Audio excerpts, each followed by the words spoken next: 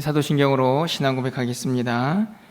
전능하사 천지를 만드신 하나님 아버지를 내가 믿사오며 그 외아들 우리 주 예수 그리스도를 믿사오니 이는 성령으로 잉태하사 동정녀 마리아에게 나시고 본디오 빌라도에게 고난을 받으사 십자가에 못 박혀 죽으시고 장사한 지 사흘 만에 죽은 자 가운데서 다시 살아나시며 하늘에 오르사 전능하신 하나님 우편에 앉아 계시다가 저리로서 산자와 죽은 자를 심판하러 오시리라. 성령을 믿사오며 거룩한 공회와 성도가 서로 교통하는 것과 죄를 사하여 주시는 것과 몸이 다시 사는 것과 영원히 사는 것을 믿사옵나이다. 아멘. 우리 찬송가 401장 찬양드리겠습니다.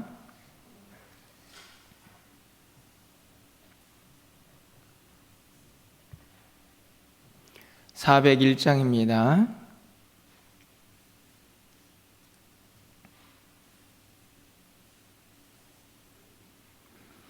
주의 곁에 있을 때 마음이 든든하오니 주여 내가 살 동안 인도하여 주소서. 주여 주여 나를 인도하소서. 바른 세상 살 동안 주여 인도하소서.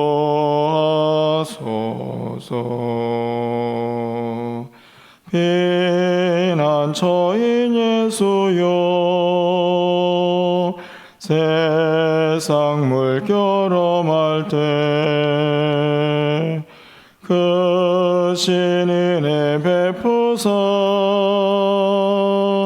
나를 숨겨주소서. 주여 주여 나를 인도하소서. 바른 세상 살 동안 주여 인도하소서.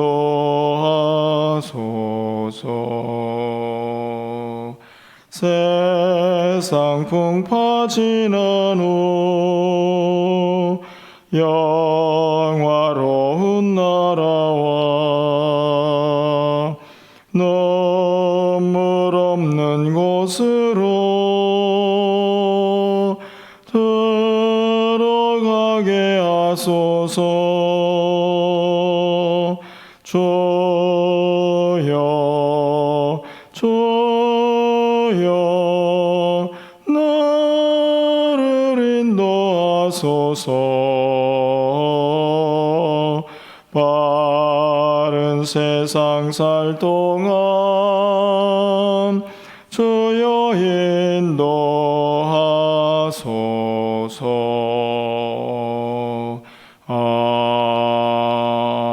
아멘. 오늘 하나님 말씀은 시편 71편 1절에서 14절까지 말씀입니다. 구약성경 853쪽에 있습니다. 시편 71편 1절에서 14절까지의 말씀을 한 절씩 교독하고 마지막 14절은 함께 읽겠습니다. 여호와여 내가 주께 피하오니 내가 영원히 수치를 당하게 하지 마소서.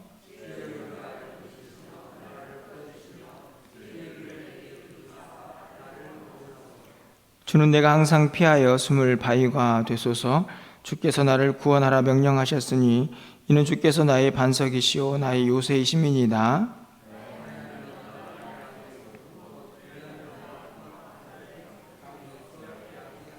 주 여호와여 주는 나의 소망이시오 내가 어릴 때부터 신뢰한 이시라.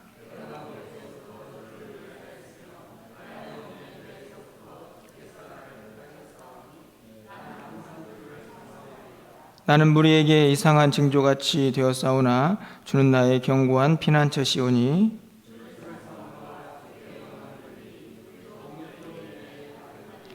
늙을 때에 나를 버리지 마시며 내 힘이 쇠약할 때에 나를 떠나지 마소서.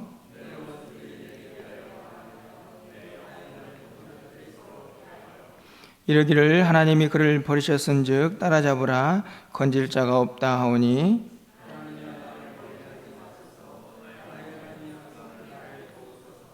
내 영혼을 대적하는 자들이 수치와 멸망을 당하게 하시며 나를 모해하려 하는 자들에게는 욕과 수욕이 덮이게 하소서.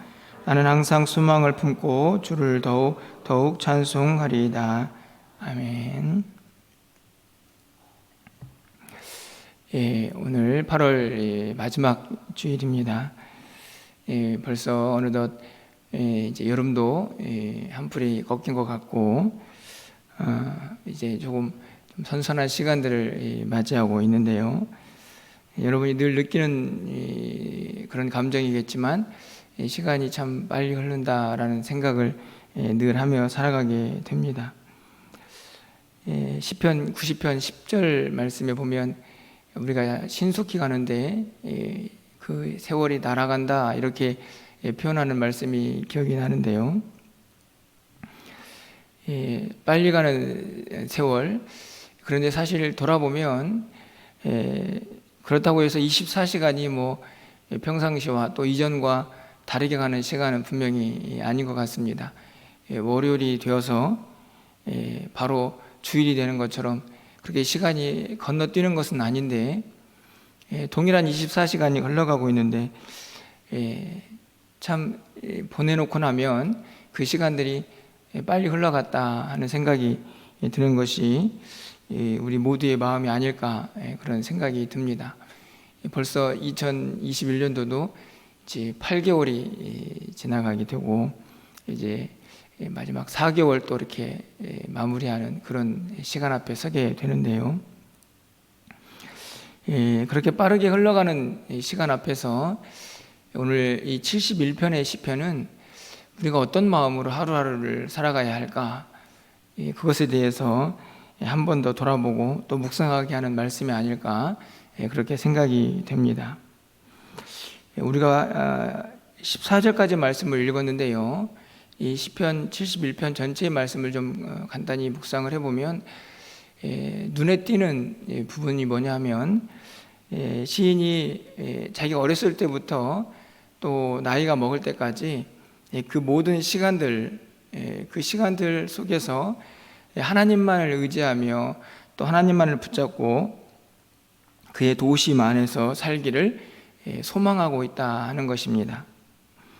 그리고 5절 말씀을 좀 가서 보시면요, 주 여호와여 주는 나의 반석이시오 소망이시오 내가 어릴 때부터 신뢰한 이시라.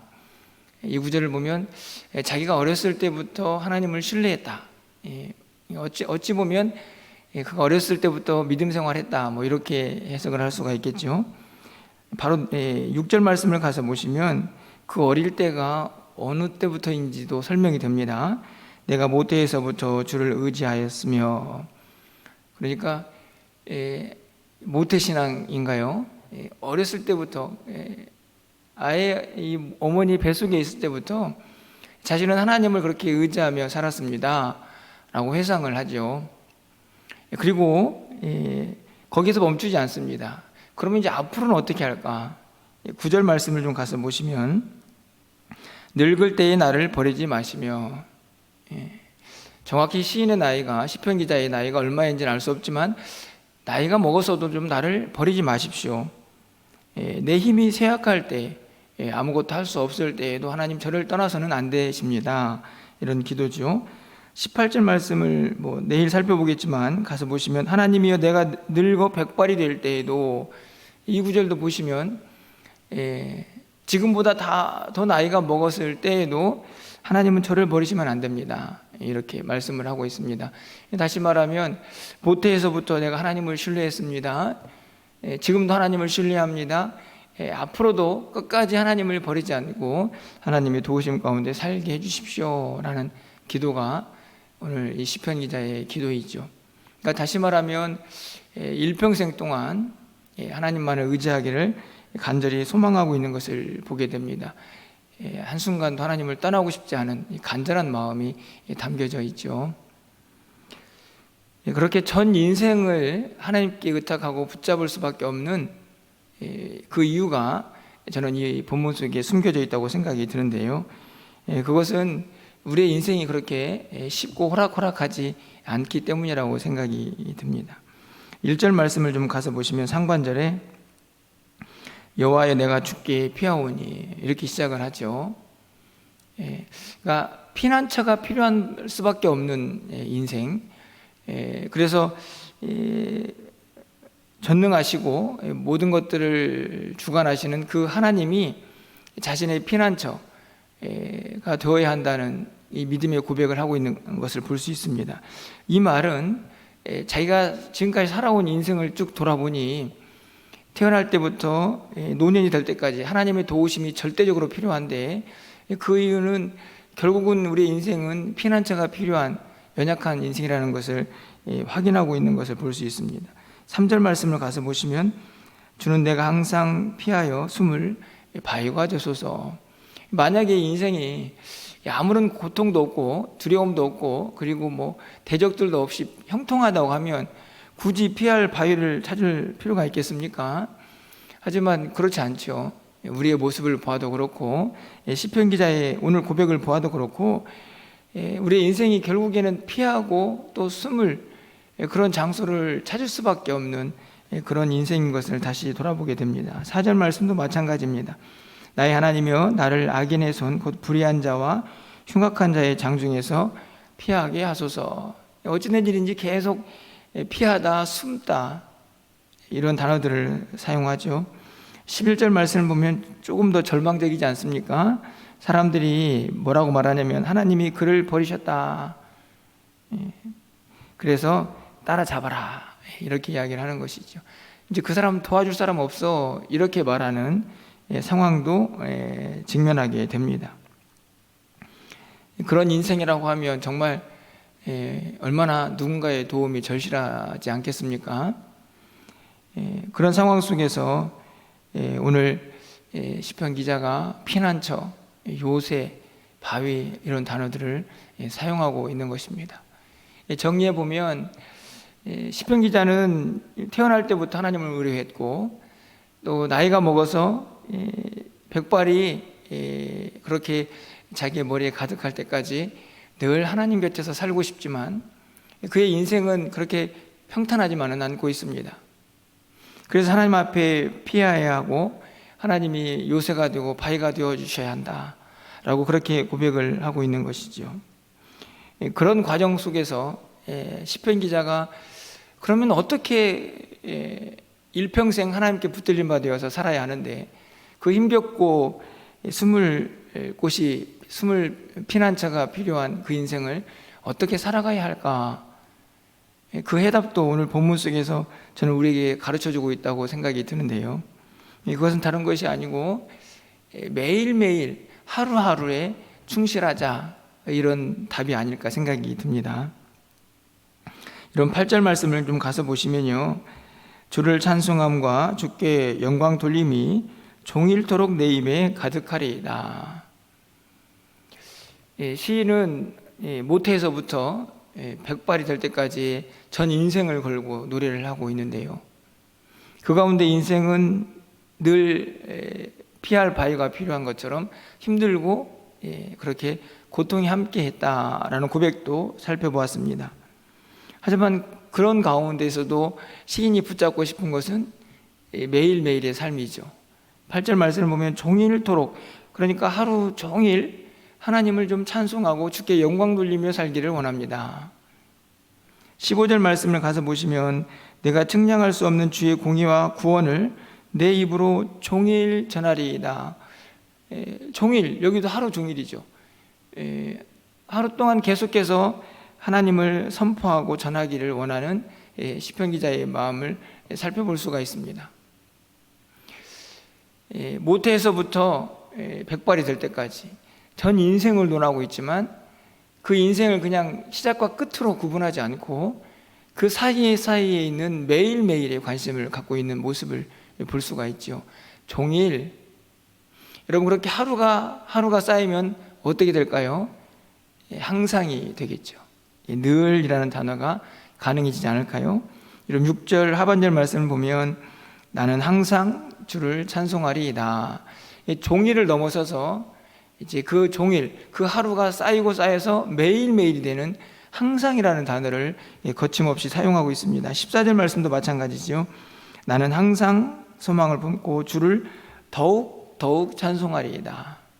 여기서 찬송도 이제 더 강조가 되어서 더욱이 되고, 그 매일매일이 쌓여서 항상이 되는 그 모습을 발견할 수가 있습니다.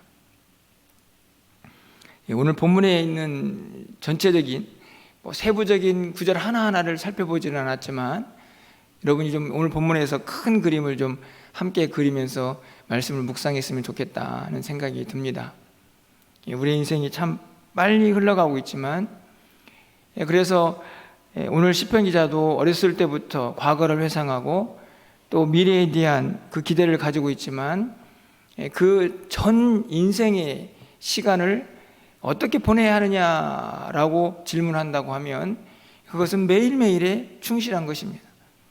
오늘 하루, 그 종일의 삶을 항상 최선을 다하여 살아가고, 그 하루하루가 쌓여서 항상이 되는, 매일매일이 되는 그런 인생을 우리가 결코 포기해서는 안 된다는 말씀을 하고 있는 것이죠.